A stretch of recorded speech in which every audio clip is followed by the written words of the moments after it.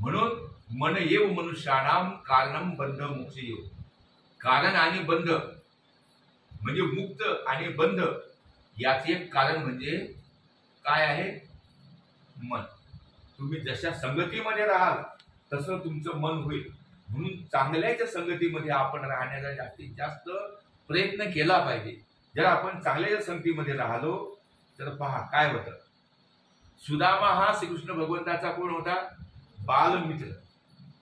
कर्मधर्म संयोगाने श्रीकृष्ण भगवंत जिथे शिकण्यासाठी होते उज्जैनला, तिथे तोही ब्राह्मणाचं पोरगा आला आणि श्रीकृष्ण भगवंतासंग ते अभ्यास करू लागले. संदीपनी ब्राह्मण उज्जैनीला. परंतु आला कशासाठी? विद्याभ्यास करण्यासाठी.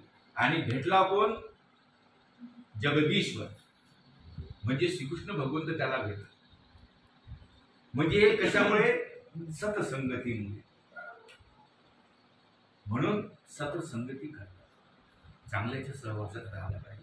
तुम्ही दररोज एक नियम पाळा मुलांना. दररोज उठले, तोंड धुतलं की पहिले देवपूजा करायची. त्यानंतर आई वडिलांच्या पहिले पाया पडायचं. वडिलांच्या पाया पडायचं. कोण पडतं दररोज आई वडिलांच्या पाया? आहे का कुणी मायका लाल? आई वडिलांच्या पाया पडतं कोण? कोण पडतं? नाही पडत ना. आई वडिलांच्या पाया मंदिरात जायचं, स्नान केलं, चहा पाणी घेतलं, आई वडिलांच्या पाया पडले की मंदिरात जायचं, देव करायचं. कारण तुम्ही मंदिरातून जाऊन येईपर्यंत आई वडील घरी राहतीलचा भरोसा नाही. सकाळीच पळायला लागते कामात. म्हणून आधी यांचे आशीर्वाद, या आशीर्वाद खूप मोलाचे आहे. ते ज्याच्या जीवनामध्ये असेल त्याच्या जीवनाचं सोनं होईल. जर तुमच्या जीवनामध्ये आशीर्वाद नसेल, संत महंतांचे नसेल, गुरुचे नसेल, आई वडिलाचे नसेल, तर आपलं जीवन म्हणजे नुसतं पोकळ बांबू आहे. म्हणून आशीर्वाद खूप महत्वाचा. जर आपण पाहिलं आशीर्वादाने काय होतं? अरे न होणारं होतं. आणि ते फुकाचे आहे. पैसे द्यायची गरज नाही ना. इथे पैसे द्यायची गरज नाही. इथे जे आहे ते प्रेम ओसंडून वाहत. आपण पाहतो आशीर्वाद कोणी घेतले? शिवरायांनी घेतले. मातोश्रीच्या दररोज पाया पडल्याचे, मातोश्रीचा सल्ला घेऊनच काम करायचं. त्यांनी स्वराज्य निर्माण केलं. आज आपण स्वराज्यामध्ये हिंदू म्हणून जगतो. जर शिवराय नसते ना तर आपण आपली सगळी सुनता झाली. हिंदू बियाला उडले नसते. परंतु शिवरायांनी महाराष्ट्र जागविला, हिंदू वाढविला. पण आशीर्वाद कोणाचे? शहाजी राजांची जहागिरी होती. शहाजी राजांची जहागिरी. परंतु आमच्या शिवरायांनी स्वराज्य निर्माण केलं. कशाच्या भरोशावर? आशीर्वाद. बापाचे सुद्धा आशीर्वाद नव्हते. बापाची भेट काही एक दोनदा त्यांच्या जीवनामध्ये घडली असं.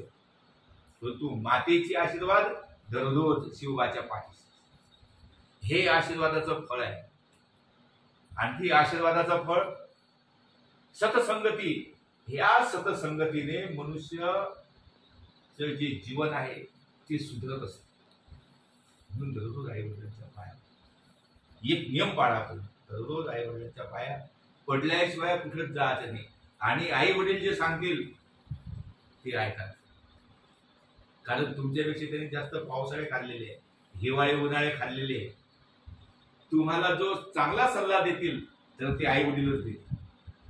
इतर कोणाला काही घेणं देणे नाही. तुम्हाला चांगला सल्ला देते पण आई वडील मात्र तुम्हाला नेक सल्ला देतील.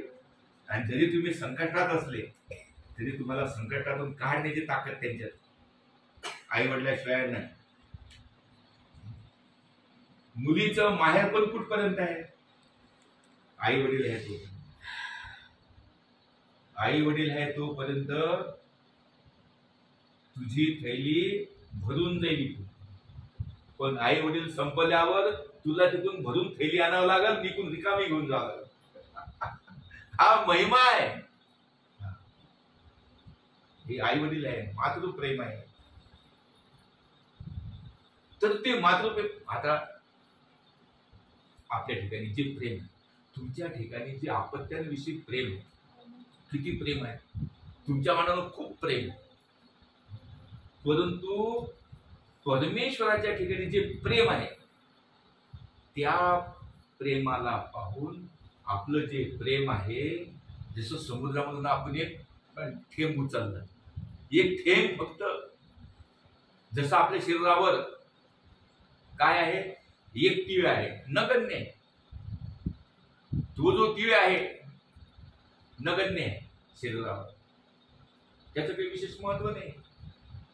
तर तसं आपण जे मातेचं प्रेम म्हणतो, मातेचं स्नेह म्हणतो, तर हे ते जे स्वरूप आहे परमेश्वराचं, तर त्या स्वरूपातील एक थेंब ते देवानं मातेच्या ठिकाणी दिलं. मग ती माता हीच माता नाही, मग जारच आपली कोणती खाणं माहितीये का? जारच, आपली जारच खाण, एक अंडच खाण, अंड्यातून निघणारे सर्प, म्हणते ना, काय डबल जन्म होणारे